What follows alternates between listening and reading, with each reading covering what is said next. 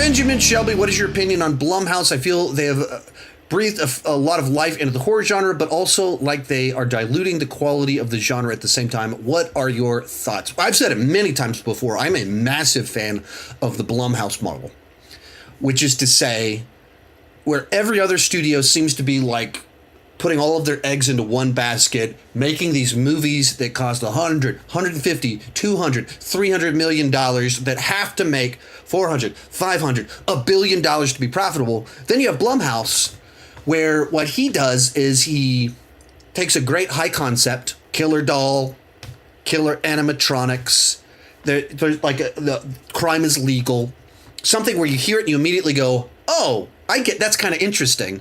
And he gives it $10 million, gives it $20 million. And he makes mid-budget films. They're not small budget, they're not indie, but they're made for very reasonable budgets. Therefore, they're able to make a profit at $50 million, at $100 million. They're very profitable. I think that that's a great, great model. I wish everyone else would do that too. And Blumhouse is most famous for horror, but Blumhouse has directed Best Picture nominees, dramas. There's a lot more in there than just horror, but horror is one of the genres where it's a little bit easier to, there's a killer clown, there's a killer doll. What is the gimmick? How people are dying. You run off of that. Crime is legal. People are dying. So it lends itself really well to horror, but he's applied it to many other things. And likewise, when the risk is lower, then you can take more chances. So what does that look like?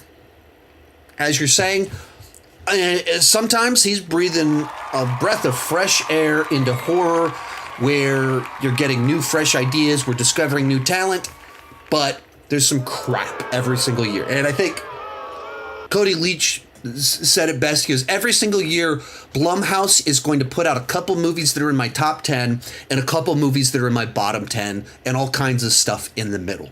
Every single year, they're going to do that. And they do. If you want to find some of the worst movies of the year, you can just check out some Blumhouse films. But they're also going to have some awesome stuff every single year. I'm fine with that. So do I think that they're diluting the quality of the genre at the same time? No, I don't at all. Because the horror genre has always been diluted. The horror genre has always been the dumping ground of low budget, where it's a genre that sells tickets. That concept of it's a simple premise. People are getting killed at this place. People are getting killed by this thing. This is coming alive. Like it's very simple premises. You don't need stars. The genre sells tickets, and you can make them cheap. There's no shortage of, like, Saw. The original Saw was made for under $1 million. And even as the franchise has grown, and they started making over $100 million, they were still only spending, like, I think at most they spent $20 million on a Saw film, even though it's this big franchise that everybody knows. They never went huge on the budget because you can make them cheap. Because of that, every studio has always cranked out some crappy ones. Blumhouse is just so synonymous. They become such a brand that you recognize it more. And you know you're going to get some awesome, you're going to get some bad ones, so you think about it a little bit more. But I love the Blumhouse model. I wish that every studio was working with their version of a Blumhouse. I want someone to be the Blumhouse of action. I think we need more comedies. One of my issues with films these days is that the mid-budget film has kind of disappeared to streaming and to television, which is also kind of streaming. But you don't get a lot of those mid-budget films anymore. Action movies are all now PG-13 blockbusters for the most part. You have the John Wicks in there. You got a couple of exceptions to that. But so much of it are PG-13 action movies made for everyone. Then you have small indie things.